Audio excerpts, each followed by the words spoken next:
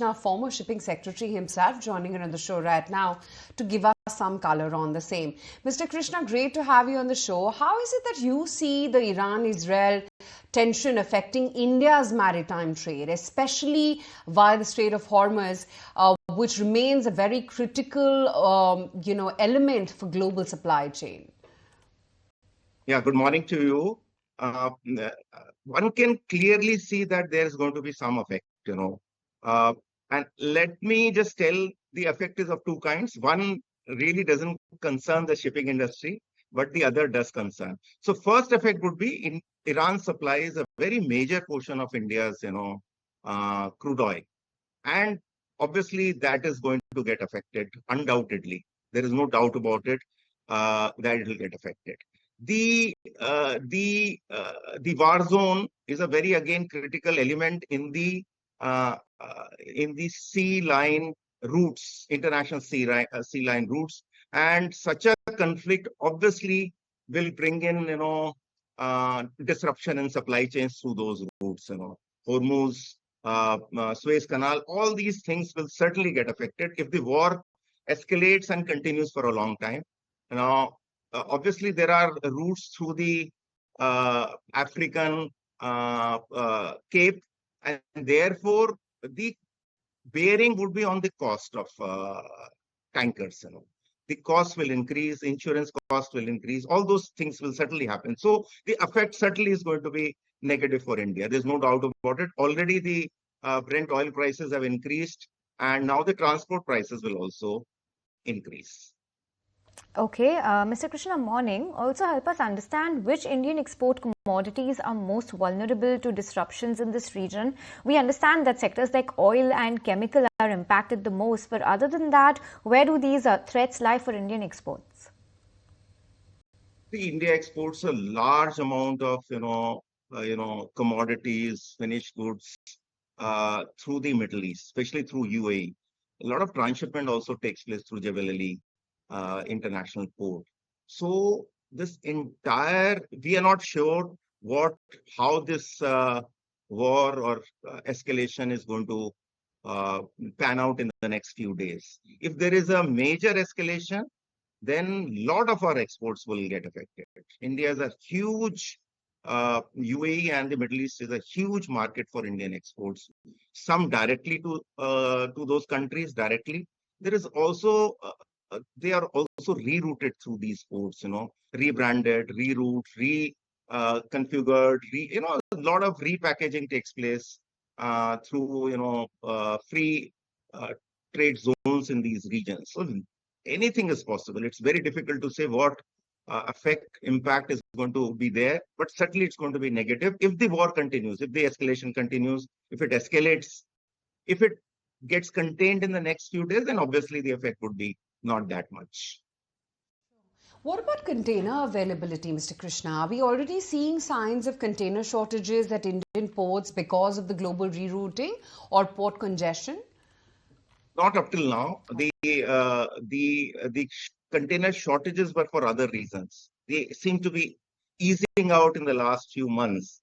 But I'm sure that, again, same issues will start cropping up. Already the prices of container for oil tankers already, is rising. So clearly there is going to be an impact, not only on India, as I say, Hormuz and Suez Canal is a very major international shipping route. Everything is going to get affected. All trade from east to west, from east to Europe to North America, South of everything is going to get affected. There's no little doubt about it. Okay, and also, and as I said, okay, most importantly, crude will get affected, and crude is important for everything besides commodities, containerized cargo.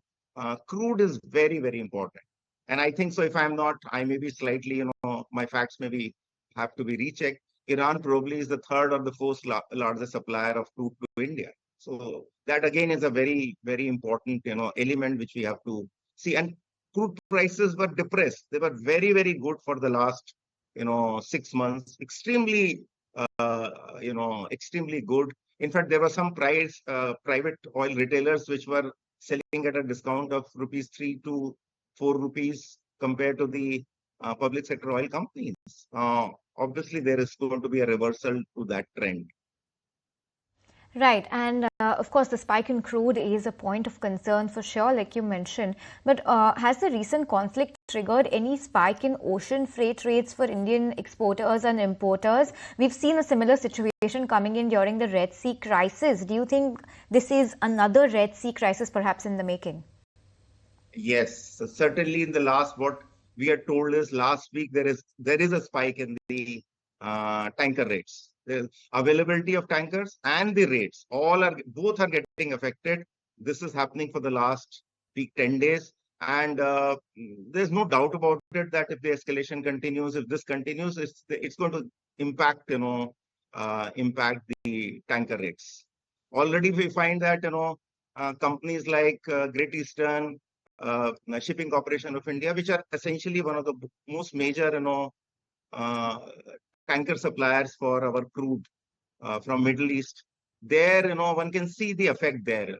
Their share prices are increasing, because obviously the demand is increasing. Right. Mr. Krishna, we've seen similar geopolitical flashpoints in the past as well, right? But with increased focus on the shipping sector and how critical it is, are we better prepared now with diversified shipping routes or insurance coverages, or not quite? I don't think so. We could say that there is no change in the last few years. What the government is attempting certainly is to see a change. You are very well aware that there is a strong move that we start building own tankers, we start building our own LPG, suppliers, because we are dependent largely on foreign, foreign companies for that, foreign transporters for that. There is a big push that both in the shipbuilding side and in acquisition of tankers. Oil companies are planning to, maybe it will take a few years that we become, and this, thinking is emerged in the last few months after the India-Pak war, that we need to have very dedicated oil tanker supplies so that at least our supply lines of crude, which is very, very critical for any economy, doesn't get disrupted in any way. Okay, and also, Mr. Krishna, help us understand, does this crisis underscore the need for India to expand its shipping fleet or reduce dependence on certain routes? Is there any alternative that could perhaps boost the Indian shipping space? Yeah, certainly there's no doubt. We don't have a shipping line of our own. And Shipping Corporation of India, which is the biggest shipping line in India, probably figures somewhere around 200 in the world. So there is no doubt about it. For a very long time, the need is, see, we started 20, 25 years back of all our trade requirements, about 30 to 40% was carried by our own lines, own companies. Today, it has fallen to 4 or 5%. Very, very meager percentage of our own. Huge issues on this aspect, and we need to see that our reliance on foreign, shipping lines, on foreign carriers for both bulk and for tankers is reduced as much as possible. I think so. Time has come that just as we had Make in India and Atmanirbhar Bharat in other sectors, also in the shipping sector, very conscious moves required to be made, that we have our own shipping line and also tanker and bulk capacities.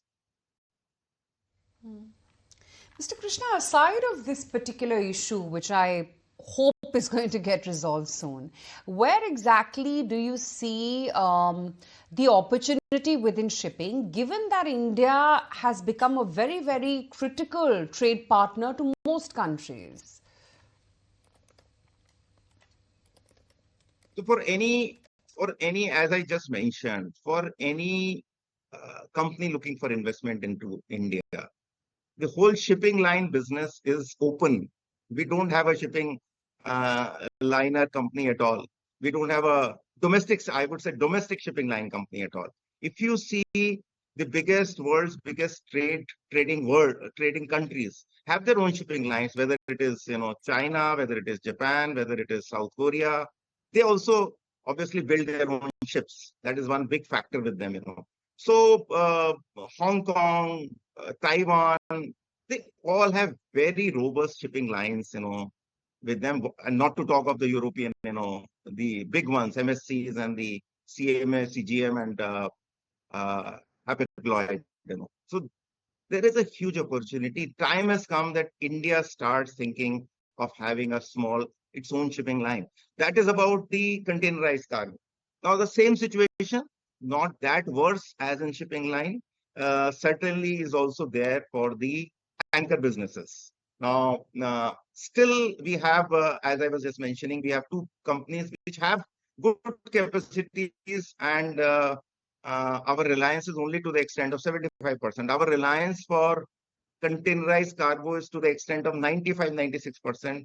For tankers, it is only about 60-65%, because we have our own capacities of about 20-25% through shipping corporation of India and Great Eastern. This needs to be enhanced. Just as we are building strategic reserves for crude oil, we are therefore also have to create capacities for tankers, oil tankers and LPG gas, carriers.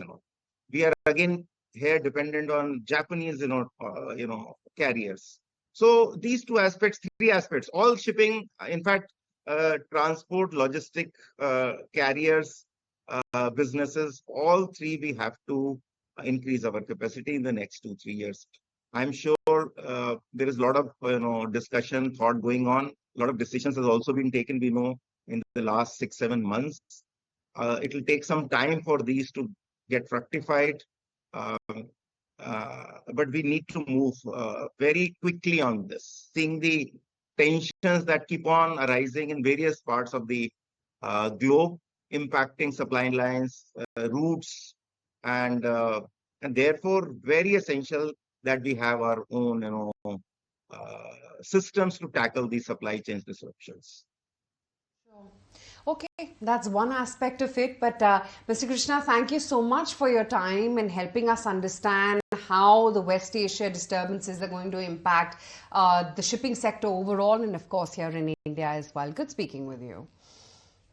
Thank you very much. Thank you. Okay, let's now try and analyze what does the West